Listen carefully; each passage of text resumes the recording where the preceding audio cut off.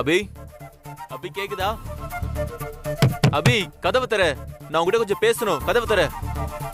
வெளியே வந்து நான் என்ன சொல்றேன்னு மட்டும் கேட்டுட்டு போயிடு.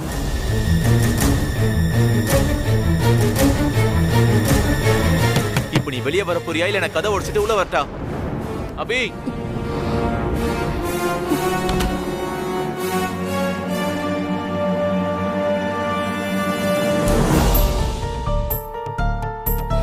இங்க பாரு அபி, விஜய்க்கு ஊரறிய முறைப்படி கல்யாணமே நடந்து முடிஞ்சிருச்சு. இதுக்கப்புறமும் நீ பழைய நினைப்போட இருந்தா அது உனக்கு தான் கஷ்டம். இனிமே யார் நினைச்சாலும் விஜய்க்கும் ஐஸ்வர்யாக்கும் நடந்த கல்யாணத்தை மாத்தவே முடியாது.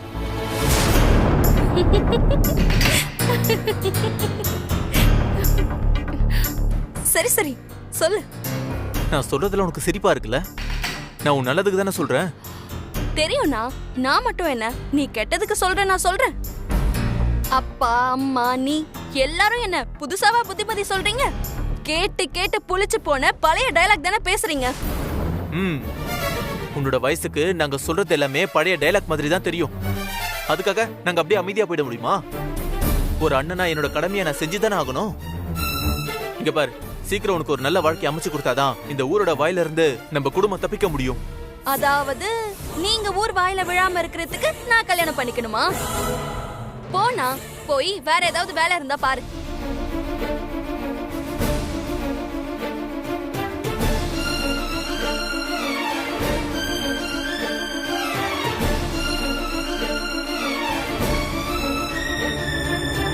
என்னப்பா சொல்றா? ஏதாவது வழிக்கு வந்தாளா? இல்லம்மா, நான் என்ன சொன்னாலும் அவ புரிஞ்சுக்கிற மனநிலைமையிலே இல்ல.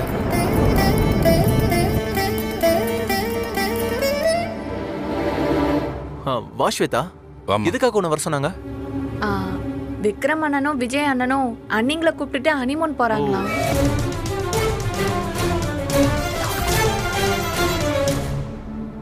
அதான் நம்மளையும் அவங்க கூட சேர்ந்து போயிட்டு வர சொல்றாங்க.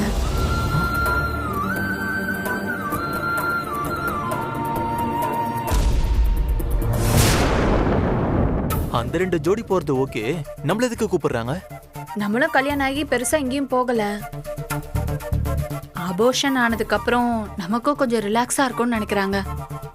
இல்ல ஸ்வேதா, அபி இப்ப இருக்க நிலைமையில நம்ம ஹனிமூன் போறதெல்லாம் அவ்வளவு நல்லா இருக்காதுன்னு நினைக்கிறேன்.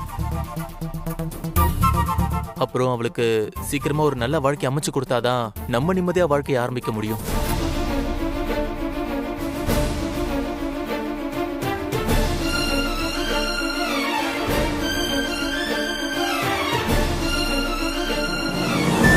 ஏன் சரவணா இப்படி சொல்ற?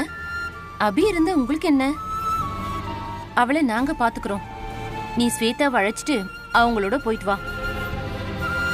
அவங்களுக்கும் கொஞ்சம் மனசுக்கு ஆறுதலா இருக்கும்ல. இல்லம்மா, நீங்க நினைக்கிற மாதிரி ஊர்ல இருக்கவங்க நினைக்க மாட்டாங்கல்ல. அவங்கெல்லாம் ஏதாவது தப்பா பேச ஆரம்பிச்சிட்டாங்கன்னா அது நம்ம குடும்பத்துக்கு தானே கஷ்டம்.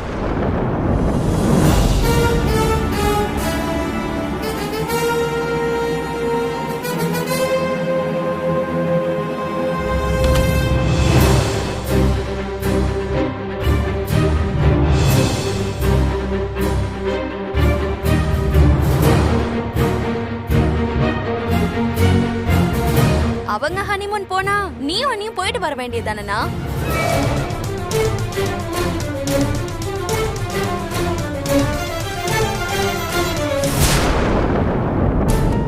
நீங்க எல்லாரும் ஏன் இப்படி பாக்குறீங்கன்னு நல்லாவே புரியுது. நான் எந்த வெறுப்பும் இல்லாம அடி மனசுல இருந்துதான் சொல்றேன். நீங்க 2 பேரும் சந்தோஷமா போயிட்டு வாங்க. அத அபியே சொல்லிட்டாளே, அப்புறம் என்னப்பா? நீயும் ஸ்வேதாவும் அவங்க கூட சேர்ந்து ஹனிமூன் போயிட்டு வாங்க.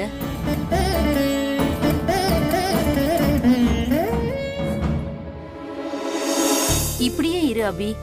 எல்லாத்தையும் மறந்துட்டு உன்னோட வாழ்க்கையை நீ வாழ ஆரம்பி. அதான் எங்களுக்கு எல்லாம் நிம்மதி. வாப்பா. சரிம்மா.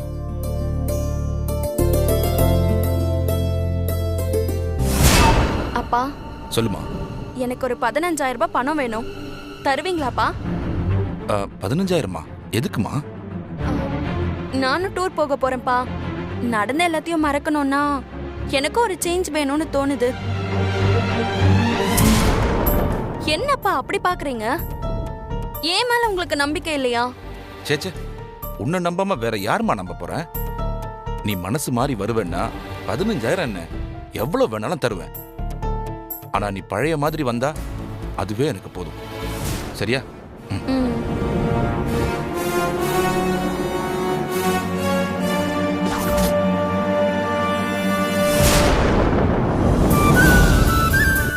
முதல்ல விக்ரம் அண்ணனுக்கு கால் பண்ணி விஷயத்த சொல்லுவோம்.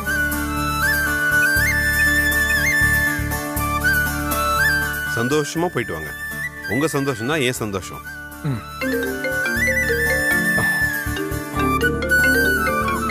அப்பா ஸ்வேதா தான் கால் பண்றேன். பேசுடா பேசு. ஹனிமூன் போறத பத்தி தான் இருக்கும். ஹலோ ஹலோ சொல்லு ஸ்வேதா. அண்ணா, அத்தையும் மாமாவும் எங்க 2 பேரையும் உங்களோட வர சொல்லிட்டாங்க. ஓ அப்படியா? சூப்பர் ஸ்வேதா. சரவணன் எதுவும் சொல்லலையா? அவருக்கு இதுல விருப்பமே இல்லதான். ஆனா அபி வந்து போயிட்டு வான்னு சொன்னதும் அவர் மனசு மாறிட்டாரு. அப்படியா? அபியும் உங்களை போயிட்டு வர சொன்னாலா? பரவாயில்லையே, ஆச்சரியமா இருக்கு. அதை ஏன் கேக்குறீங்க? வீட்ல இருக்கிற எல்லாருக்குமே அபி அப்படி சொன்னது ஆச்சரியமா தான் இருந்துச்சு. ஆனா அவ தெளிவாவே சொல்லிட்டான், நீங்க 2 பேரும் போய் சந்தோஷமா இருங்கன்னு. ஓ சரி சரி சரி, எப்படியோ நீயும் சரவணன் வரீங்கல்ல, அப்போ ஓகே. சரி நீ பாரு, நான் எங்க போறேன்னு டிஸ்கஸ் பண்ணிட்டு முடிவு எடுத்துட்டு உனக்கு கால் அடிக்கிறேன். சரிண்ணா, ஓகே, பாய். பாய்.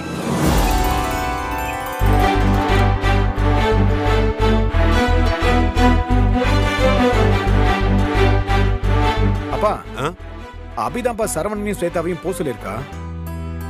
அதனால தான் சரவணன் ஓகே சொல்லியிருக்காரு போல.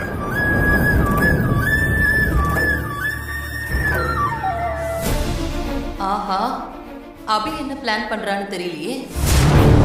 இருக்காதே, அபி இப்படியெல்லாம் உடனே தெரிந்துற சினிமேட்டிக் வெள்ளி கிடையாதே. Something is wrong. அப்படியா? அப்ப எங்க போறீங்கன்னு டூரிஸ்ட் பிளேஸ் செலக்ட் பண்ணிட வேண்டியதானே? அப்பா, பேசாம ஊட்டி கொடைக்கானல்னு ஹில் ஸ்டேஷன் போயிட்டுமா? ஐயோ, எனக்கு குளிர்லாம் ஒத்துக்காது. வேணும்னா நம்ம கேரளா போலாமா? கேரளாவா? ஓ,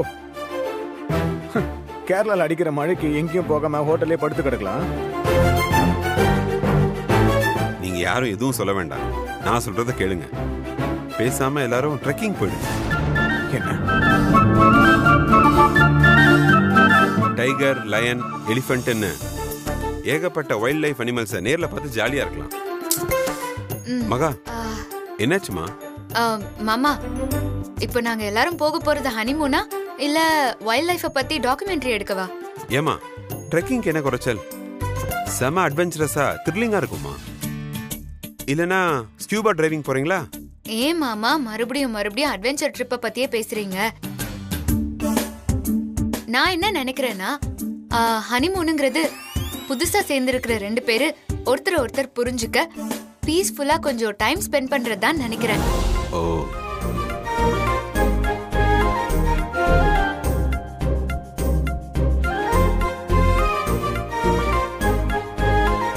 காட்டுல இருக்கிற வைல்ட் அனிமல்ஸ் எல்லாம் விட ரொம்ப மோசமானது புரிஞ்சுக்கவே முடியாம இருக்கிற மனுஷங்க தான்.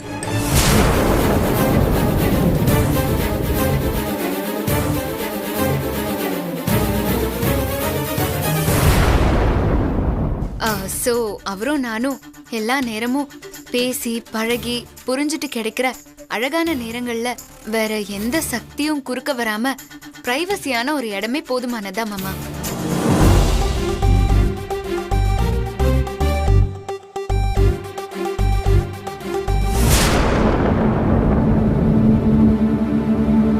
பரவாயில்லையம்மா, ரொம்ப அழகா யோசிக்கிறியே. இவ்வளவு வயசாயும் கூட எனக்கு இந்த நிதானமும் புரிதலும் வரல பாரு. சரிங்க, நீ அப்படின்னா எங்க போலான்னு நீங்களே சொல்லிடுங்க.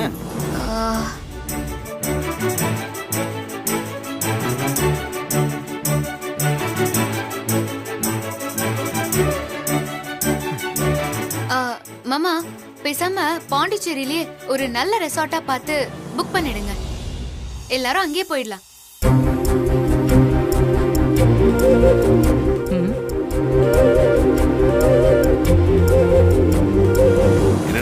விக்ரம், பா நீ அமைதியாவே இருக்க.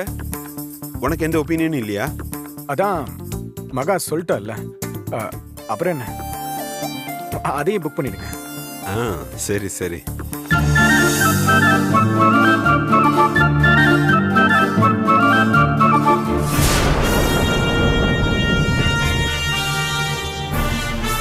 பாத்தியக்கா மாப்பிள்ளைய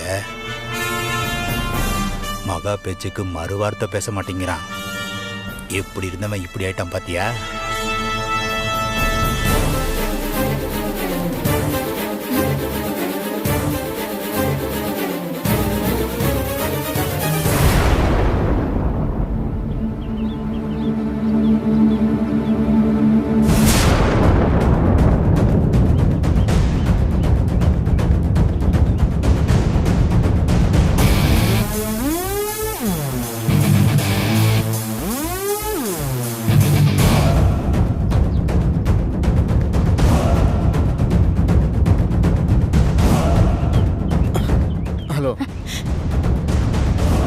நீங்கள் ஐஸ்வர்யா தங்கச்சி தானே? எனக்கு ஐஸ்வர்யாவோட காண்டாக்ட் நம்பர் வேணும், கிடைக்குமா? எதுக்கு? ஒன்றும் இல்லை, எங்கள் ஸ்கூல்மேட்ஸ்லாம் ஒரு ரீயூனியன் பிளான் பண்ணியிருக்கோம். அதுக்கு ஐஸ்வர்யாவை இன்வைட் பண்ணணும். ஏங்க புரியுது. இந்த ரீயூனியன் ஆர்கனைஸ் பண்ணுறதே எங்கள் பேட்ச் பொண்ணுங்க தான். அவங்க யாருக்கிட்டேயுமே ஐஸ்வர்யாவோட காண்டாக்ட் நம்பர் இல்லை. காண்டாக்ட் நம்பர் கிடைச்சா அவங்களே வீட்டுக்கு போய் ஐஸ்வர்யாவை இன்வைட் பண்ணுவாங்க. ஹலோ, என்னங்க இப்படி யோசிக்கிறீங்க? நீங்கள் என்ன நம்பலையா? வேணா என் மொபைலில் என் பேட்ச் குரூப் காட்டுறேன், பாருங்கள். என்னாலலாம் என் அக்கா நம்பர் தர முடியாது. வேணும்னா என் மாமா நம்பர் தரேன். நீங்கள் அவர்கிட்ட பேசி அக்காவை காண்டாக்ட் பண்ணிக்கோங்க. இதில் என்னங்க இருக்குது? நீங்கள் அவர் நம்பரே கொடுங்க. எனக்கு ஐஸ்வர்யாவை காண்டாக்ட் பண்ண முடிஞ்சா போதும். ரொம்ப உஷார் பாட்டியா இருப்பா போலையே.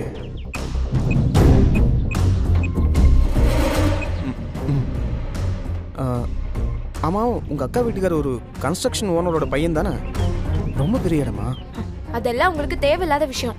ஏதோ காண்டாக்ட் கேட்டீங்க, கொடுத்துட்டேன். இதுக்கு மேலே ஏதாவது பேசணும்னா என் மாமா கிட்ட ஃபோன் பண்ணி பேசிக்கோங்க.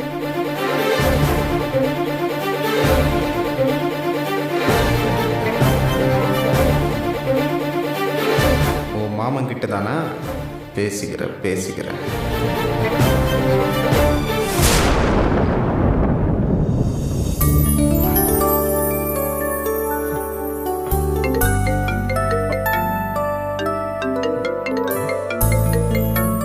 கால் பண்றான்.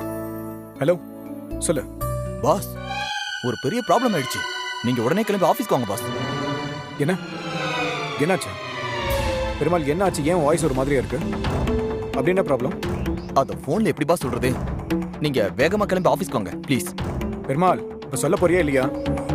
நீ என்ன ப்ராப்ளம் சொன்னாதானே என்னால என்ன பண்ணலாம்னு திங்க் பண்ண முடியும்.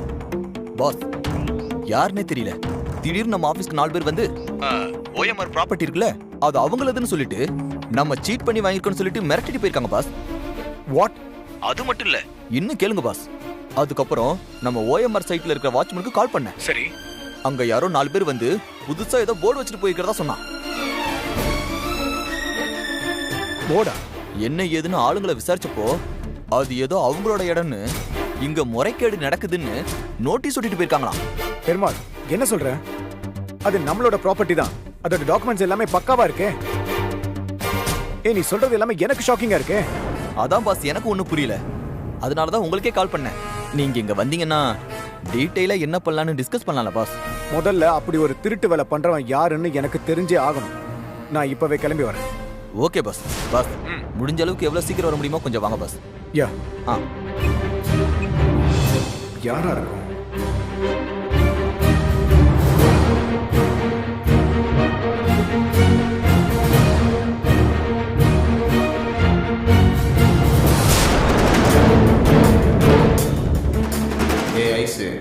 உன் நம்பரை கேட்டால் உன் புருஷங்கார நம்பர் கொடுத்துட்டு போகிறான் உன் தங்கச்சி.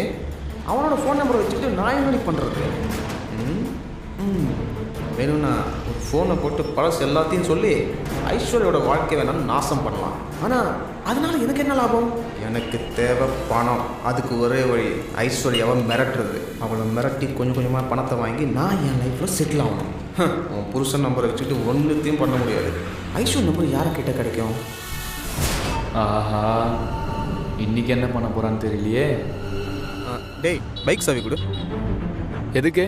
ஏய் ஏன் எதுக்குன்னு சொன்னாதான் கொடுப்பியா? குடுறா. இந்தா.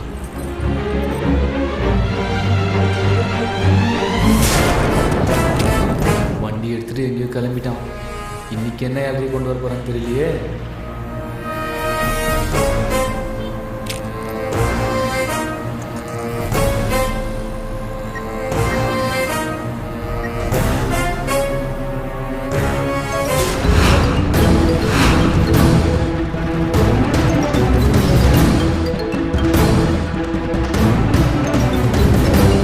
யார் இது?